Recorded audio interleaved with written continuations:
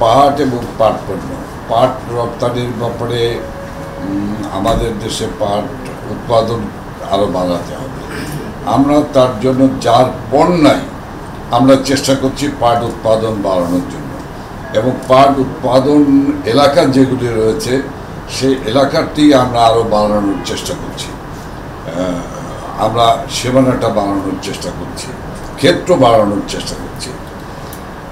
আর পাশাপাশিভাবে হলো সবচেয়ে প্রধানতম যে বিষয়টি সেটা হলো পাট পণ্য, জুট ডাইভার্সিটি যে গুডসগুলো রয়েছে সেগুলো আমি আপনাদেরকে বলতেই চাই যে আমাদের কাছে খবর নেই আসলে, বা আমি বলতে পারি যে আমি এদেশের একজন মানুষ হিসেবে আমি জানতাম না যে পাট পণ্য আমাদের দেশে এভাবে এগিয়ে গিয়েছে।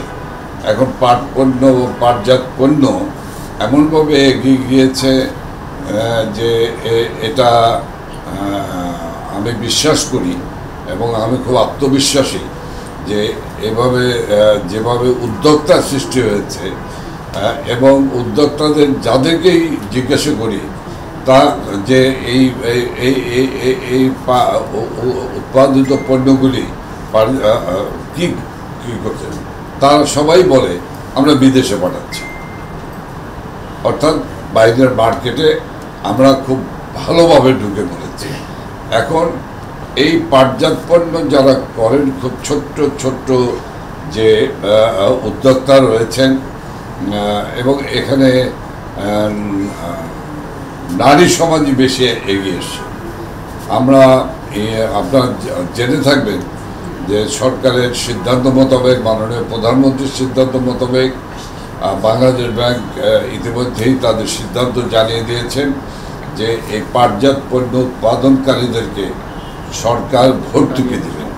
কাজে এই ভর্তুকি পাওয়ার মধ্য দিয়ে এই ভর্তুকির অর্ডারটা ভর্তুকি পাওয়ার মধ্য দিয়ে এই প্রণোদনা দেওয়ার মধ্য দিয়ে আমি বিশ্বাস করি আমাদের দেশে যেমনি কর্মসংস্থানের সৃষ্টি হবে তেমনিভাবে আমরা বৈদেশিক মুদ্রা অর্জনের জন্য মাননীয় প্রধানমন্ত্রী তৈরি পোশাক শিল্পকে যে জায়গাটিতে লালন পালন করে নিয়ে এসছেন, আমি বিশ্বাস করি উনি পাটজাত পণ্যকেও যে পাট এবং পাটজাত পণ্যকে যেভাবে লালন পালন এবং আমাদের দিক নির্দেশনা দিচ্ছেন, আমরা ইনশাল্লাহ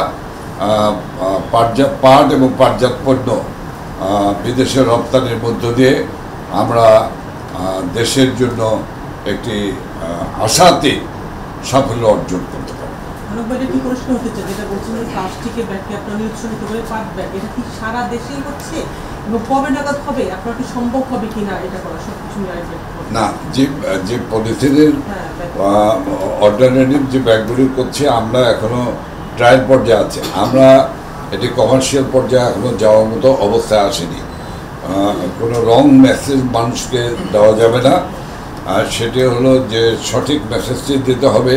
সেটা হলো আমরা এটি উৎপাদনের পর্যায়ে আছি, পরীক্ষা নিরীক্ষামূলক পর্যায়ে আছি। শুধু উৎপাদন করা নয়, তো উৎপাদন করলাম কিন্তু একটি ব্যাগের দাম পড়লো 8 টাকা থেকে 10 টাকা। এটি মানুষের কাছে সহজসাধ্য হবে না। আমরা চেষ্টা করছি কস্টিংটা কত পড়ে, 8 টাকা পড়ে, সেটাকে আমরা আরও কমে আনার চেষ্টা করছি। আমরা এমনকি একটা পর্যায়ে আমরা চিন্তা করব যে ভর্তুকি দিয়ে হলেও মানুষকে এই স্বাস্থ্যসম্মত সোনালী ব্যাগ বা পাটজাত পণ্যের ব্যাগ তাদের হাতে তুলে দেওয়া যায়। আমরা ওইদিকে যাচ্ছি এবং আমরা অনেক দূরে এগিয়ে গিয়েছি। এখনকার মেসেজ হলো এটুকুই যে আমরা অনেক দূরে গিয়েছি, আমরা খুব দ্রুততার সঙ্গে চেষ্টা করছি, আমরা খুব শীঘ্রই আমরা ভালো জায়গায় এগিয়ে যেতে পারব। না দেখেন, আসলে এটা মুখে বলার বিষয় না, এটা হলো কার্যকর ভূমিকা নেওয়ার বিষয়। গণমাধ্যমের মাধ্যমে প্রাপ্ত খবর অথবা কোনো ছাগল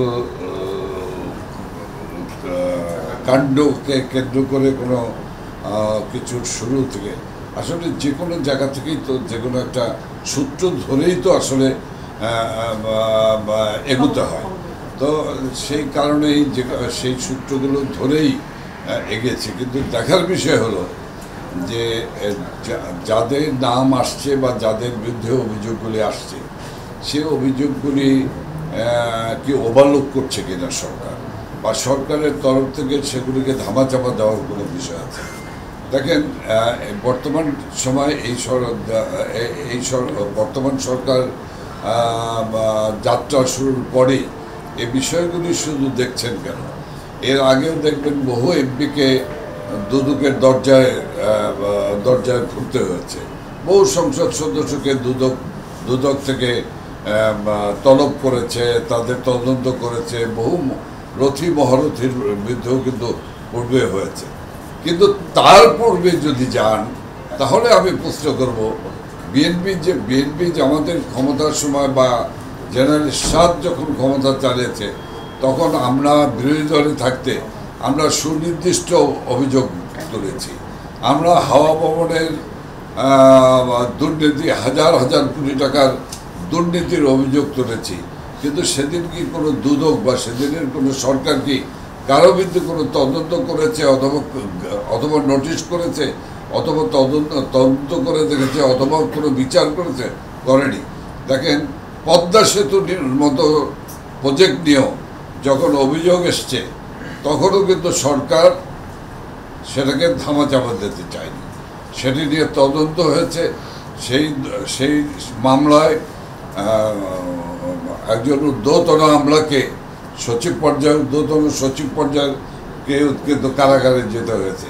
কাজে শেখ হাসিনা এই সদ্য সংসদ অধিবেশনে বক্তৃতাও কিন্তু বলেছেন, ক্যাবিনেট সভায় তিনি পরিষ্কার বলেছেন যে দুর্নীতির চলমান অভিযান অব্যাহত থাকবে, কেউ পার পাবে।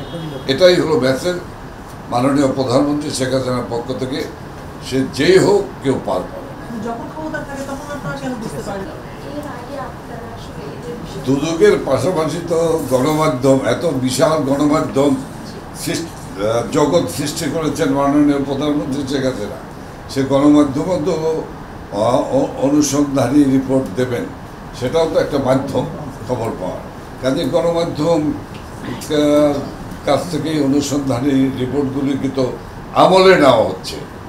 এটাকে আমলে নেওয়া হচ্ছে, এটা একটু শুভ দিক। দেশের গণমাধ্যমের যে স্বাধীনতা রয়েছে, সেটির একটি বিশাল দৃষ্টান্ত। দেখেন, আমি পরিষ্কার বলি, আমি যখন এবার নিয়ে 3 বার এমপি হয়েছি, 3 বার এমপি হিসাবে আমার 14 গোষ্ঠীর ইতিহাস দিতে হয়েছে, 14 গোষ্ঠীর হিসাব দিতে হয়েছে। জবাবদিহিতা প্রত্যেকেরই থাকতে হবে। সেটা শুধু সংসদ সদস্য নয়, যারা দায়িত্বশীল, সরকারের দায়িত্বশীল। আমি আজকে মন্ত্রী, আমি আজকে সম্ভব না একটা মানুষ। আমি যখন এখান থেকে যাব, আমার অবশ্যই আমাকে জবাব দিতে হবে, আমার জবাবদিহিতার মুখোমুখি হতে হবে। কাজে কেউই, আমি বিশ্বাস করি যে প্রশ্ন আপনি করেছেন, কেউ জবাবদিহিতার ঊর্ধ্বে, আইনের ঊর্ধ্বে হতে পারে। দেখেন, এই যে তোয়াক্কা না করার যে বিষয়টি, এটি যার যার উপরে। এই তোয়াক্কা যদি না করেন, সংশ্লিষ্ট কর্তৃপক্ষ তলব করলে পর যদি না আসে, তখন কি হবে সেটাও কিন্তু আইনে বলা আছে। কাজেই আইন তার নিজস্ব গতিতে এগোবে। কোর্ট থেকে সমন দেয় একজন আসামিকে। এখন আসামি যদি হাজির হয়, তাহলে সেটা বিচারিক আদালতে চলে গেল। আসামি যদি হাজির না হয়, তখন তার অনুপস্থিতিতে বিচার করার জন্য তাকে নোটিশ দিতে হয়। পত্রিকায় বহুল প্রচারিত দৈনিকে নোটিশ দিতে হয় কোর্টের পক্ষ থেকে। তারপরেও যদি হাজির না হয়, তখন কিন্তু অ্যাবসেন্সিয়াল ট্রায়াল শুরু হয়। কাজে আইনের কাছে কিন্তু সব বলা আছে, সমস্ত বিষয়গুলি বলা আছে। আইন তার নিজস্ব গতিতে এগিয়ে যাবে।